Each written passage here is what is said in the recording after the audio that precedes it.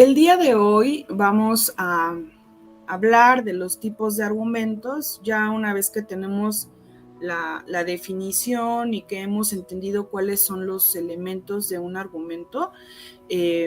Conviene saber cuántos tipos de argumentos hay o cuáles son los más usados, ¿no? Más comunes, tanto en la vida cotidiana como en la vida académica. Entonces, bueno, vamos a ver 4 tipos de argumentos: la deducción, la inducción, la analogía y la abducción. Entonces, bueno, empezamos por la deducción. La deducción es un tipo de argumento, pues, en realidad poco práctico.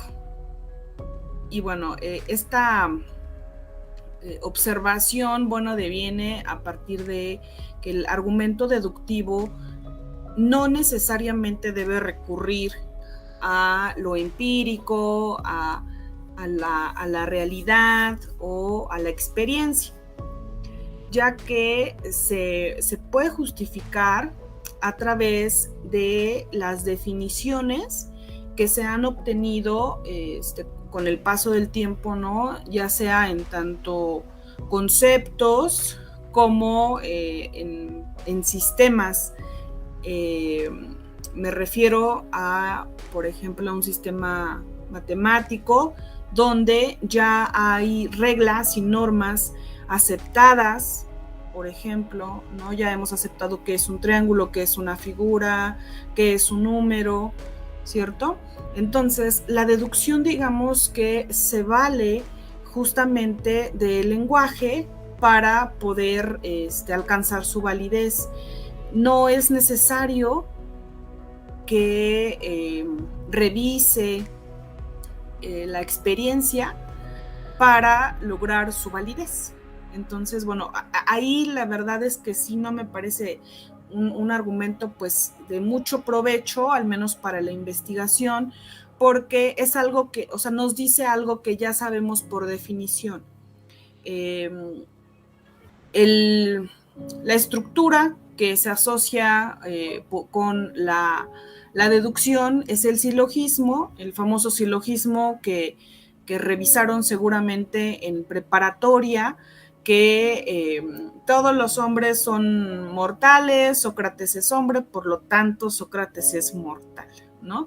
Y eso lo aprendemos de memoria y está súper bien ubicado, y no hay un error. ¿Por qué? Porque partimos de una definición. Si decimos, bueno, ¿qué es un hombre? O hombre en un sentido genérico, pues tiene ciertas cualidades, ¿no? Dentro de esas cualidades, que es racional, que tiene un lenguaje, que tiene conciencia. Somos la única especie, me parece, que da cuenta de la muerte. Sabemos que nos vamos a morir, ¿no? Entonces, bueno, la deducción se vale de esas definiciones para poder armar sus argumentos, sus silogismos, y en este sentido es muy difícil que un argumento deductivo pues sea inválido. Los hay, obviamente, sí hay argumentos deductivos inválidos, pero lo cierto es que no abonan conocimiento al sujeto, porque es una manera de referirse a algo que ya se ha aceptado. En este caso, pues bueno, la definición, ¿no? Todos los hombres son mortales, pues sí, por definición, porque todos nos vamos a morir. Si ponemos a un sujeto que comparte esa naturaleza, evidentemente, pues también va a adquirir esa cualidad.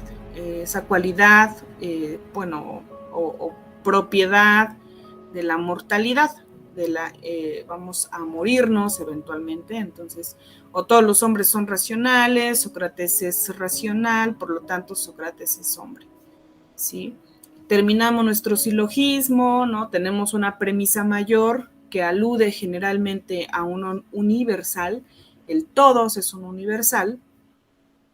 Después caemos en un particular, Sócrates es hombre, Sócrates es un particular, ¿no?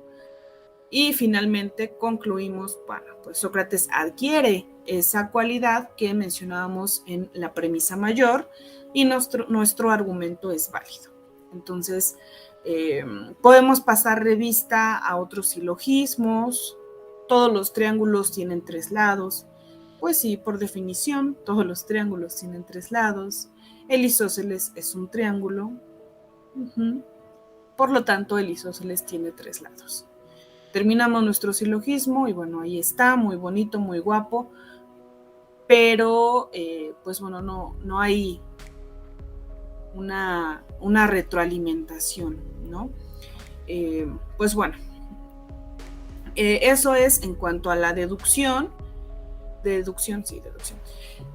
Y la deducción, digamos, opera a través de la validez o de la invalidez de los argumentos. En el caso, por ejemplo, de la inducción, la inducción va a operar de distinta forma.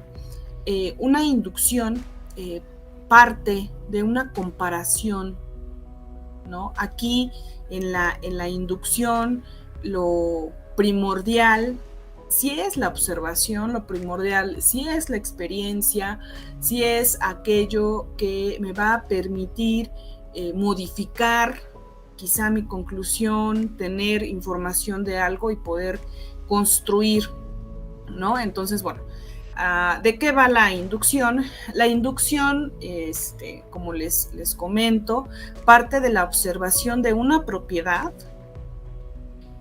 y a partir de esta observación de la propiedad, pues bueno, va pasando revista, va revisando diferentes elementos de un conjunto en común y hace esta comparación y dice, bueno, esta propiedad la he detectado en 7 objetos observados, ¿no?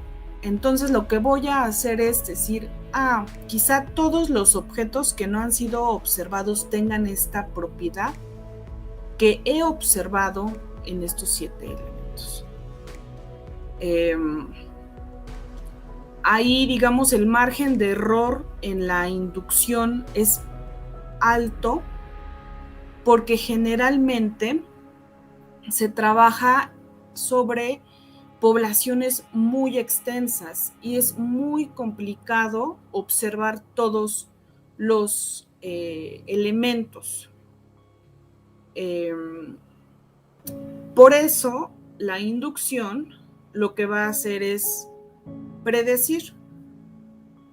Bueno, yo he observado 100 objetos, pero mi población es de 800, entonces a partir de mi muestra yo voy a decir que probablemente todos los elementos no observados comparten esa condición.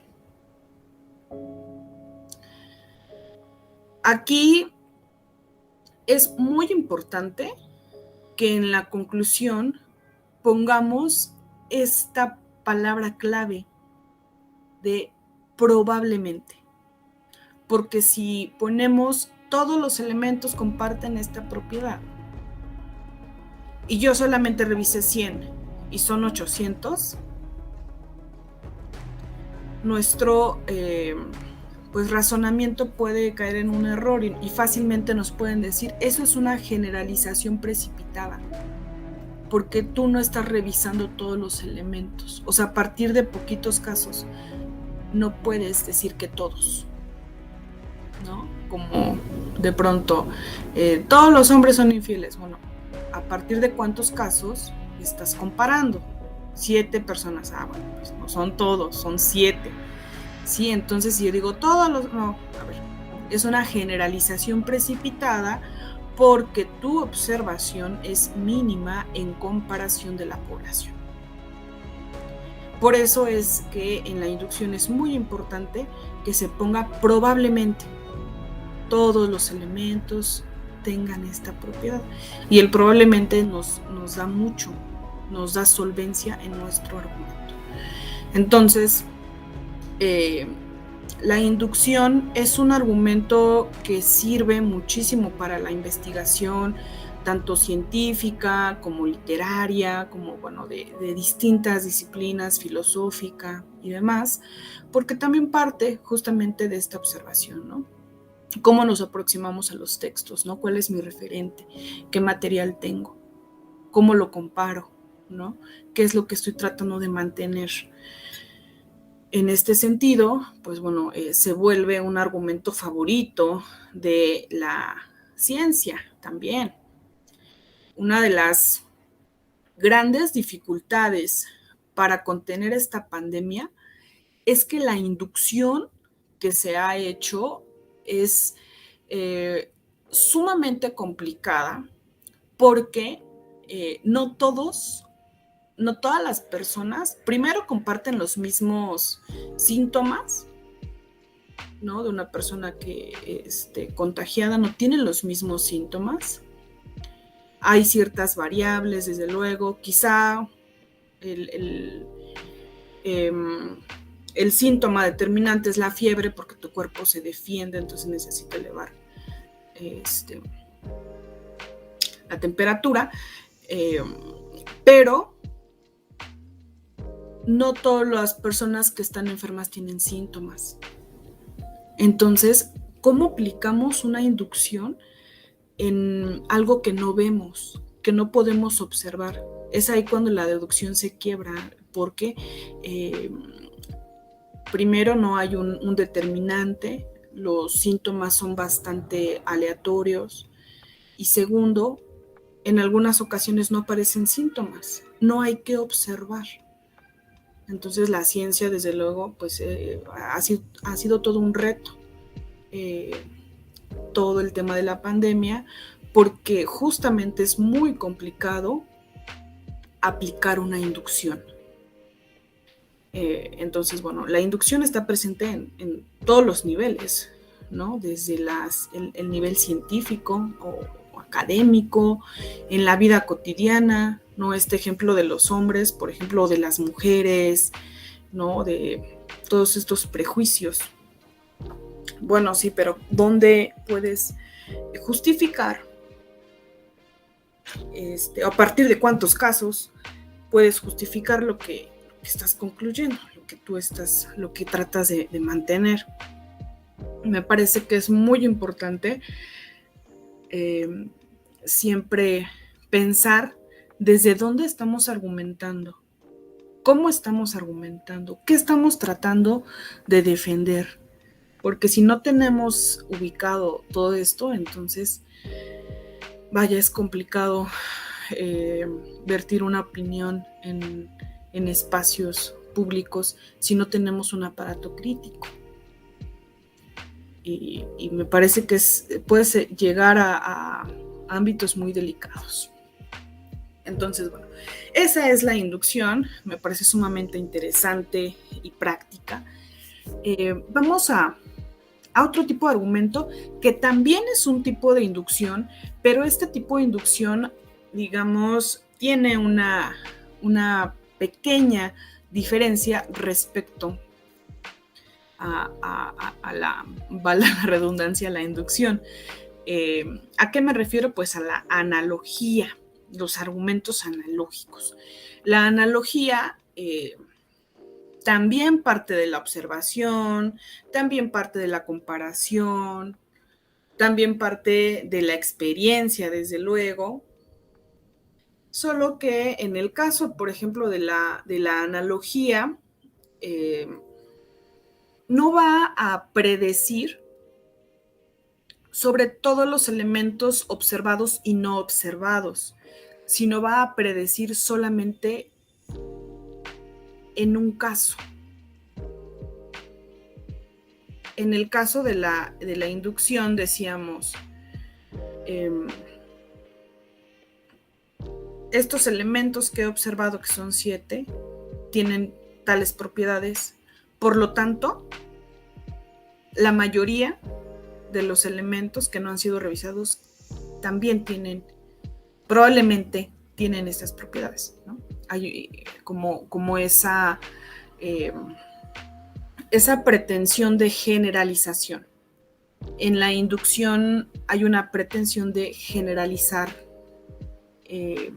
aquello que hemos observado. En el caso de la analogía, no, porque únicamente se va a predecir sobre el siguiente caso observado. No en todos, no va a decir todas las veces, todos los elementos, no.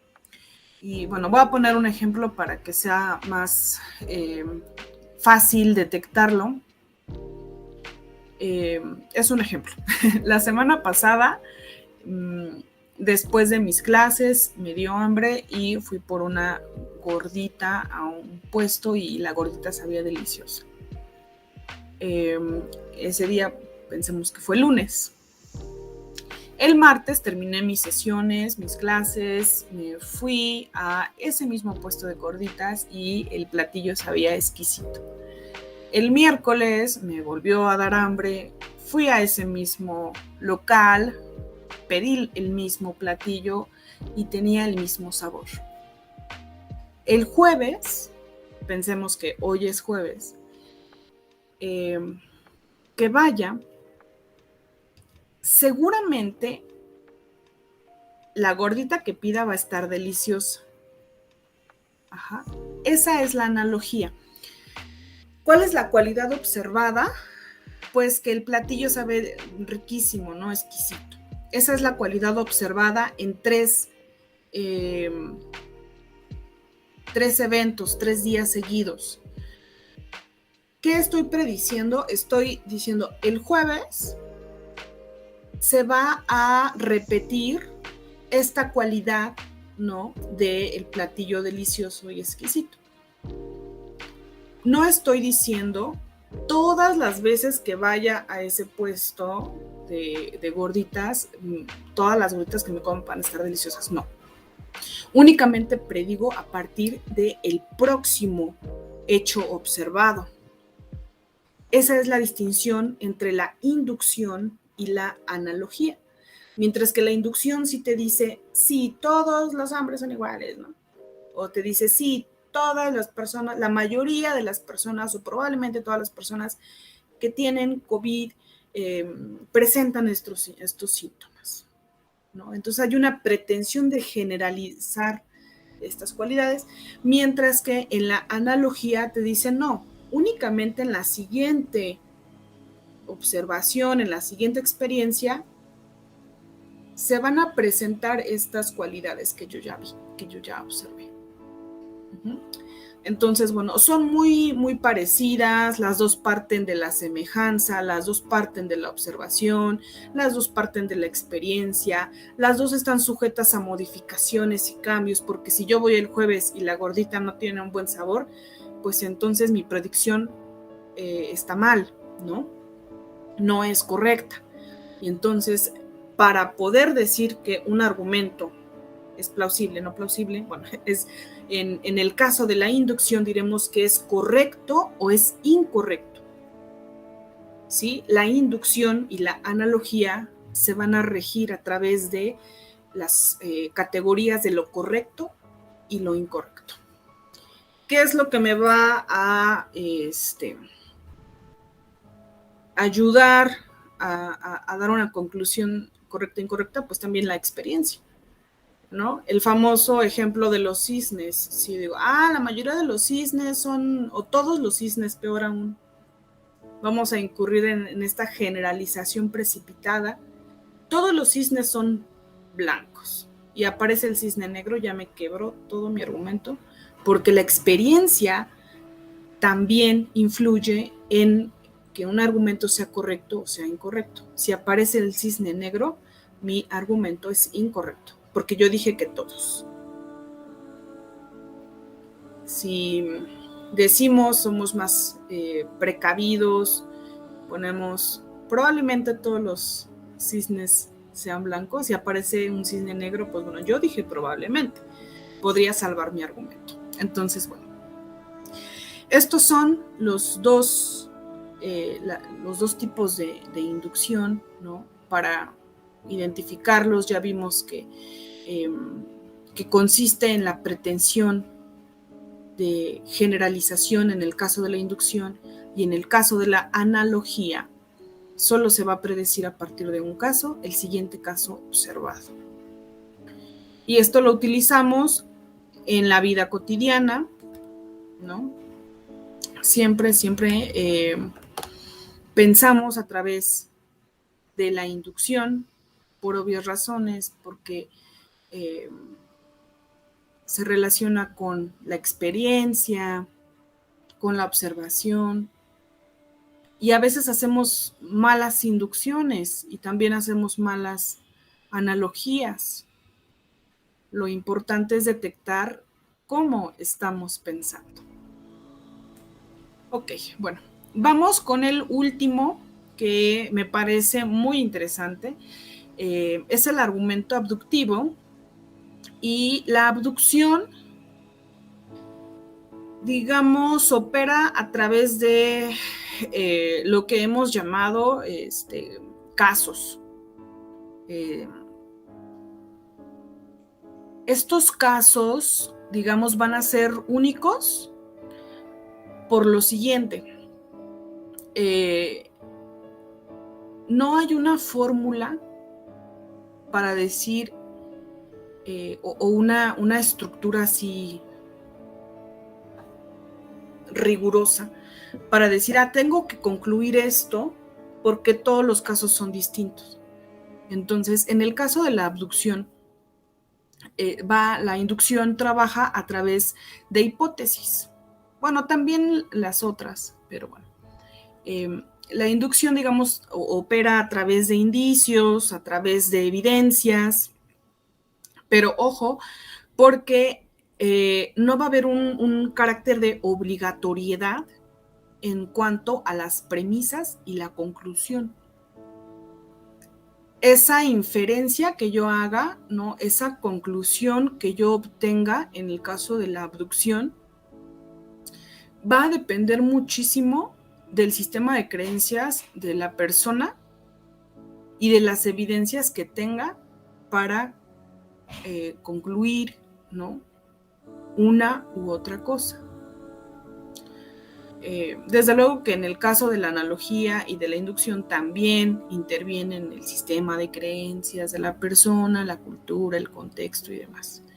Entonces, bueno, eso también vale la pena mencionarlo, solo que en el caso de la abducción, pues va a ser un determinante para concluir algo. Pues bueno, voy a poner un ejemplo para ilustrar esta manera de argumentar, ¿no? Que es la abducción. Y bueno, es un ejemplo hipotético, desde luego. La semana pasada, que hacía muchísimo calor, me compré un gansito, entonces lo puse en el congelador y dije, en 10 minutitos, 15 minutitos está listo para que lo consuma, ¿no? Entonces lo dejé en el congelador, me fui a realizar mis tareas cotidianas, regreso a la cocina, abro el refri y no encuentro la golosina. Voy al cuarto de mi hermano, un pequeño de 9 años, 8 años, y encuentro en su cama la envoltura de la golosina, y acto seguido aparece el infante con la cara llena de chocolate. Entonces, la hipótesis es que él hurtó la golosina. Esa sería como mi hipótesis. ¿Cuáles son los indicios que yo tengo, evidencias que yo tengo para creer que fue él? Pues bueno, en primer lugar, la golosina no está en su lugar. En segundo, la envoltura aparece en la habitación del presunto culpable.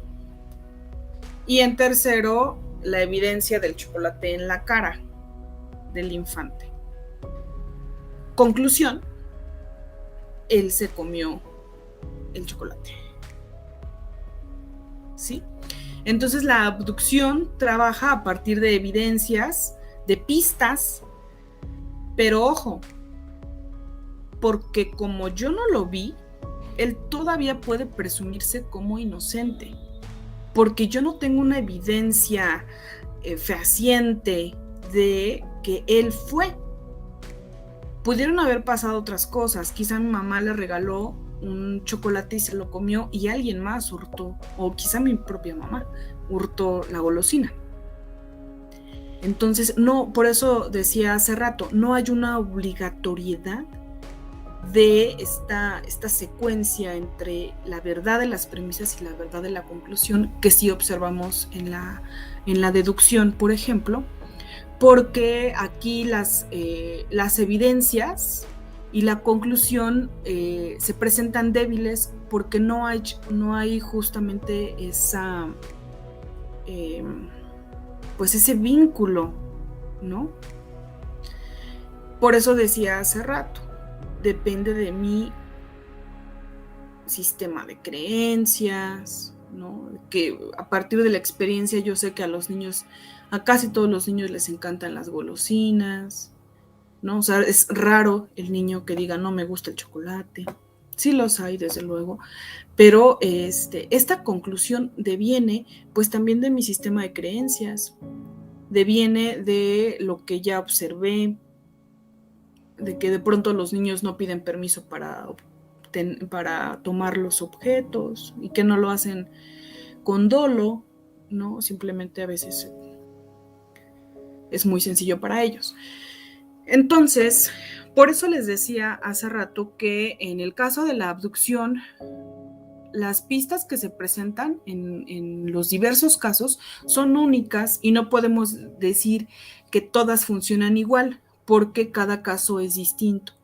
Esto nos sirve para el estudio también de textos literarios que son únicos, ¿no? No es lo mismo analizar la Ilíada que no sé, la Eneida, porque cada una tiene pistas distintas y cada una, digamos, se va a ir concatenando, ¿no? Se va a ir relacionando y vamos a tener conclusiones que parten incluso de la brecha tanto cultural como histórica y demás, ¿no? Entonces, esta, digamos, es una conclusión que yo obtuve a partir de mis lecturas, que Michel Foucault, en el análisis que hace de Edipo Rey en la segunda conferencia de la verdad de las formas jurídicas, hace un análisis desde la abducción, porque revisa esa obra y da una conclusión, pero esta conclusión no es definitiva y no está diciendo todas las tragedias de Sófocles trabajan así, operan así, sino está diciendo a partir de estas pistas que yo puedo observar y que están en el texto, yo puedo concluir que hay una relación de poder, ¿no? Verdad, poder y saber. Pero eso, digamos, no es necesariamente verdadero porque parte de conjeturas. ¿Están ahí las evidencias? Sí, pero quien armó el rompecabezas fue Foucault. Fue su sistema de creencias y también lo que él quería sostener. Ese me parece es un ejemplo muy, muy bueno de cómo trabaja la abducción. Son conclusiones mías, desde luego que eso queda abierto a la interpretación de cualquier persona, pero bueno. Entonces, estas son las 4 estructuras, los 4 argumentos más usados y como pudimos observar, como todos tienen una injerencia tanto en la vida cotidiana como en la investigación, como en la ciencia, entonces se puede sacar muchísimo provecho de todos si ubicamos cómo trabajan, cómo operan, en qué momento podemos utilizar deducción, inducción, analogía o abducción. Pues bueno, espero que les sirva de mucho y pues me despido.